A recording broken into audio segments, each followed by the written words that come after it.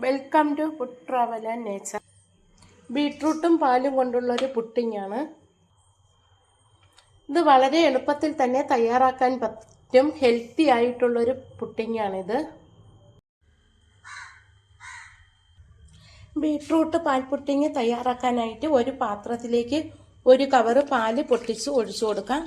അതിൽ നിന്ന് കുറച്ച് പാല് മാറ്റി വയ്ക്കാം. ഈ പാല് നമുക്ക് അടുപ്പിൽ വെച്ച് തിളപ്പിക്കാം. ബാക്കി പാൽ ഒരു ബൗളിലേക്ക് ഒഴിച്ചു കൊടുക്കാം. ഈ പാലിലേക്ക് 3 സ്പൂൺ കോൺഫ്ലവർ ഇട്ട് നന്നായിട്ടൊന്ന് കട്ട കെട്ടാതെ മിക്സ് ചെയ്തെടുക്കാം. കട്ടകളൊന്നും കെട്ടാതെ നന്നായിട്ട് ഇതൊന്ന് മിക്സ് ചെയ്തെടുക്കാം. നന്നായിട്ട് മിക്സ് ചെയ്തെടുത്തു. ഒരു ബൗളിലേക്ക് മിക്സിയിൽ അടിച്ചെടുത്ത ബീട്രൂട്ട് നമുക്ക് അരിച്ചൊഴിച്ചു കൊടുക്കാം. ഒരു ചെറിയ ബീട്രൂട്ടാണ് ഞാനിവിടെ എടുത്തിരിക്കുന്നത്. ഇത് നന്നായിട്ട് മിക്സിയിലിട്ട് അരിച്ച് ഒഴിച്ചതാണ്. കുറച്ച് വെള്ളവും കൂടി ഒഴിച്ചാണ് ഞാനിത് അരച്ചെടുത്തത്. തിളയ്ക്കാൻ വെച്ച പാലിലേക്ക് 4 സ്പൂൺ പഞ്ചസാര കൂടി ചേർത്ത് കൊടുക്കാം.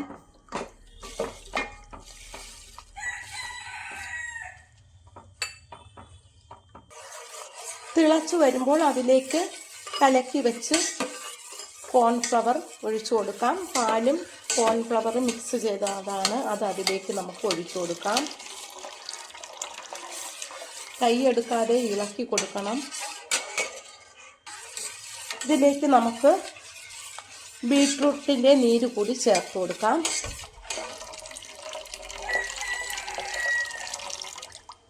എന്നിട്ട് ഇളക്കി കൊടുക്കാം.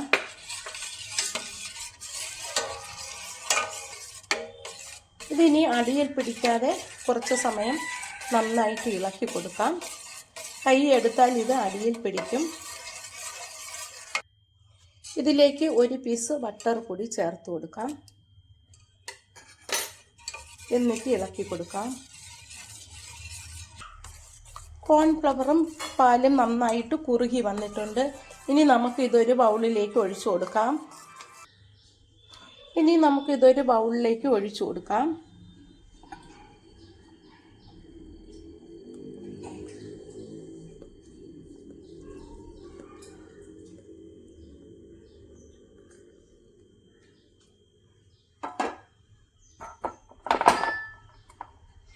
ഇതൊരു 2 മണിക്കൂർ നേരം ഫ്രിഡ്ജിൽ സൂക്ഷിക്കാം. തണുക്കുമ്പോൾ ഇത് നമുക്ക് മുറിച്ച് കഴിക്കാം. ഇതിപ്പോൾ 3 മണിക്കൂർ സമയമായി. ഇനി നമുക്കിതൊരു പാത്രത്തിലേക്ക് തട്ടിയിടാം.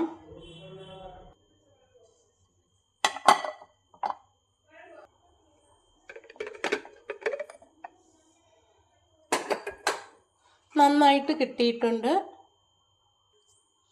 പാലും ബീട്രൂട്ടും കൊണ്ടുള്ള ഈ പുഡിങ് തയ്യാറാക്കാൻ വളരെ എളുപ്പമാണ്. ഇത് കുട്ടികളെല്ലാം ഇഷ്ടപ്പെടുന്ന ഒരു പുഡിങ്ങാണ്. ഇത് നമുക്ക് തണുക്കുമ്പോൾ മുറിച്ച് കഴിക്കാം. ഹെൽത്തി ആയിട്ടുള്ളൊരു പുഡിങ്ങാണ്. എൻ്റെ ഈ വീഡിയോ ഇഷ്ടമായെങ്കിൽ ആദ്യമായി കാണുന്നവരെല്ലാം സബ്സ്ക്രൈബ് ചെയ്യണം, സപ്പോർട്ട് ചെയ്യണം. Thank you.